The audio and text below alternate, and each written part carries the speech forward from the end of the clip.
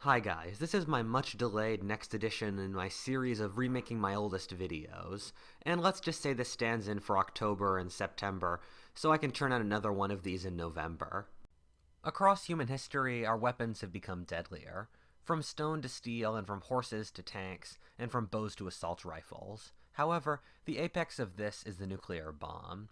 This bomb can destroy entire cities, level civilizations in an instant, without a single man going out to fight.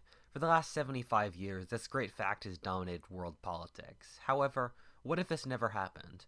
What if the most disastrous weapon ever made never existed? What would borders be like? What would culture be like? What would the world be like? That is the question of this alternate history.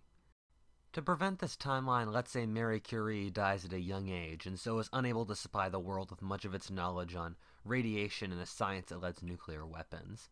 Let's say that no other scientist fills the void for more than half a century. This means that the technology that would allow the splitting of the atom is greatly retarded. This timeline has very few effects until the Second World War, in which the nuclear weapon was initially discovered. In our timeline, the first and practically only usage of nuclear weapons was on Hiroshima and Nagasaki towards the end of the war. However, how would American strategy have been different without the bomb? The Americans had been able to defeat the Japanese on the main surrounding islands and had been able to gain a dominance over the sea. This effectively cut off Japan from resupply. However, the Japanese were not willing to surrender, and a truly terrible campaign of conquest likely awaited. The Americans planned Operation Downfall, or the invasion of the Japanese home islands. This would have been a catastrophically bloody affair. American casualties were estimated nearly 500,000 in the first 120 days, or a third of a year, and 700,000 to 4 million for the conquest of the entire islands. For a comparison, the United States only had 400,000 casualties in the rest of World War II combined in our timeline. Japanese casualty estimates are truly astronomical, ranging from likely 5 to 10 million. Before you look askance at these numbers, remember that 150,000 men died on the island of Okinawa, an island that, I remind you, is a third the size of Rhode Island, the smallest state in America. Japan was prepared to fight to the very end. An army of 3 million men, and even women and children, had gathered to fight to the last. Japanese military doctrine made surrender considered amoral and disgusting, which meant the campaign would be horrifically bloody. Just look at how much hell the Japanese gave the Americans for a couple barely habitable rocks in the Pacific Ocean. The Japanese military, which ran the government, almost imprisoned the emperor for considering surrender, and the emperor was technically their god. It's a commonly held belief the Japanese would have surrendered, even without the bomb. And on one hand, rapid military mobilization is not a reasonable way to start peace talks, and on the other, lots of research over the last few decades has shown this not to be the case. Some of the civilian government talked of peace, but they had less power over Japan than the mayor of Salt Lake City did in America. Under these circumstances, it's easy to see why Harry Truman decided to go for the nuclear bomb, which killed out 180,000 total. I'm not saying this wasn't a tragedy, it was, but it was the best possible option. So if the nuclear option never existed, the military one would have to be done. Operation Downfall would have had to have taken place. The American plan was to have landings on Honshu, the big island of the Japanese archipelago, and Kyushu, the southerly one. For a comparison of how massive this was planned to be, the landing on Honshu would have 3.5 times as many divisions as D-Day itself. With superior air power, sea power, and equipment, the Americans would secure the beachheads, but at ridiculous cost. Meanwhile, the Japanese were planning an invasion of the northernmost isle of the Japanese archipelago, Hokkaido, if the Americans were not able to get Japan to capitulate fast enough.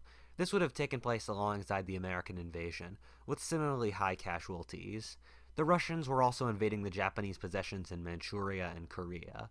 In our timeline, the Russians were able to conquer Manchuria and the north of Korea in 11 days, because the Americans had already been able to get Japan to surrender. However, with the home islands threatened, the Japanese would fight in their typical maniacal fashion, which would seriously drag out the Russian campaign. However, the Russians would be helped by the Japanese need to gradually move divisions to the defense of the home islands.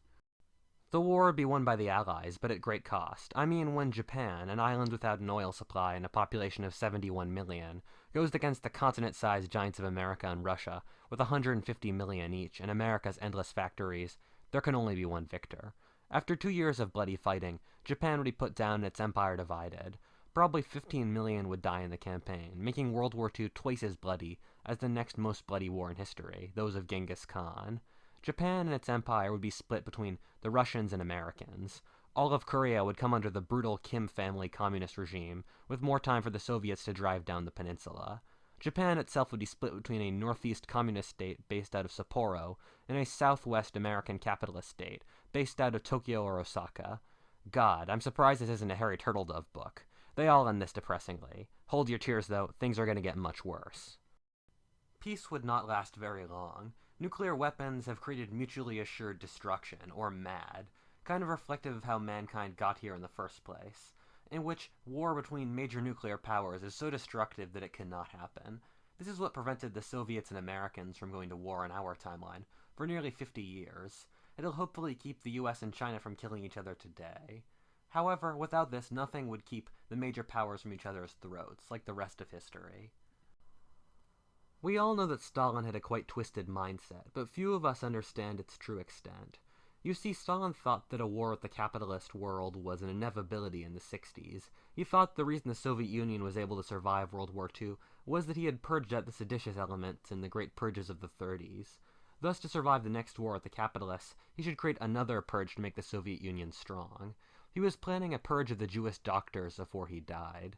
Many historians actually believed either his doctor or Lavrenti Beria, his right-hand man and the leader of the NKVD, who worried about his life in the future purge, poisoned him.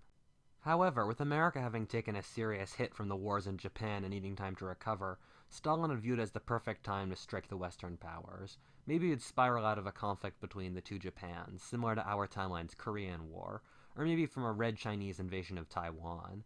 The invasion of Taiwan was actually planned by Maoist China if they didn't have to redirect their forces to Korea like they did in our timeline. Either way, a war between the United States and Stalinist Russia seems quite likely, probably in the early or mid-50s. Stalin had massive superiority in men in Europe, likely in the order of 2 or 3 to 1. The Russian forces would smash across the North European plain into Germany.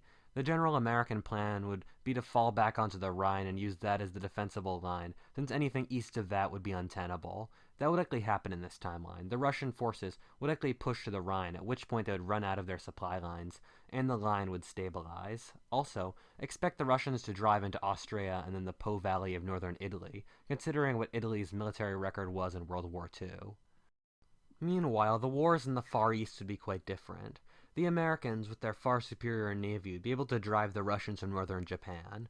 If what we know about North Korea is applicable to the Japanese, along with the mountainous terrain of much of Japan, then this would be quite hard indeed. However, following this victory, the Americans would want to launch an attack onto continental Asia.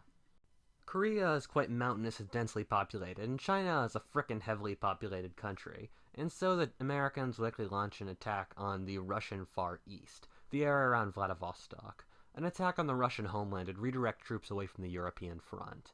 The Americans would likely be able to split the Trans-Siberian Railroad and seize Vladivostok. However, they likely wouldn't progress much further, mainly because the distance between the coast and the next important city in Siberia, Irkutsk, is 1,500 miles, and the only supply route is the Trans-Siberian Railroad, which the Russians would easily split. And thirdly, their left flank would be open to China in the south, which would make progressing quite foolhardy, so the Americans would stay in their coastal enclave. The United States and its allies, with their larger industry and population, would be able to gradually gain an advantage over the Russians. Also, the difference in quality between American and Russian troops and equipment would allow the Americans to redress some of the Russian numerical superiority. This would allow the Americans to launch a counterattack across the Rhine, reconquering much of Germany. The war would likely degenerate into a gridlock in central Germany. This would likely last several years and be the meat of the war. However, the undoing of the Russians would be the lack of loyalty in their allies. The Hungarians, Poles, and Czechs would have trouble fighting against the Americans, people they probably had more in common with and a hell of a lot more sympathy for than the Russians. As the Russians would be pushed back, the minorities of the Soviet Empire, seeing they were on the losing side, would likely rebel against the Russians. This would result in the Russians being forced to pull back to put down their rebellions in their client states. This would further allow the Americans to push across Europe. It would be a weakening spiral in which the Soviets would be forced to pull back to defeat rebellions, which would make the Americans succeed more, which would in turn make the rebellions burn hotter. The final result of the war would be that the Russians would be forced to pull out of their World War II gains. Poland, Czechoslovakia, Hungary, Romania, etc. would become free states. In the Far East, Japan would become united under the American-led regime. The Soviet Union itself would remain completely unaffected, alongside Communist Korea and China. In the years after World War II, the American plan against the Soviets was to rearm the old Nazi military, and then use it against their old enemies. This would result in many issues down the road. Firstly, the militarization of Germany against the Soviets would mean that the modern-day pacifist Germany would never have been able to evolve. This would lead to many issues in that the European community is based around the surrounding nations trusting that Germany has atoned for its sins, and especially France, and this would be very hard to believe in this timeline, and so it would be more like Asia, where the surrounding nations have not forgiven Japan for what it's done in the Second World War, and this would mean that the centralized, integrated Europe of our timeline would never have been able to exist in this timeline. The United States would come out of these wars a very different nation. In this timeline, the United States has probably shed something like 10 to 15 million more lives than it did in our world. This isn't like Russia numbers, who suffered 30 million in World War II alone, but it's far more than anything America has experienced in our world. 500,000 men died in America's bloodiest conflict, the Civil War, and 400,000 in World War II by comparison.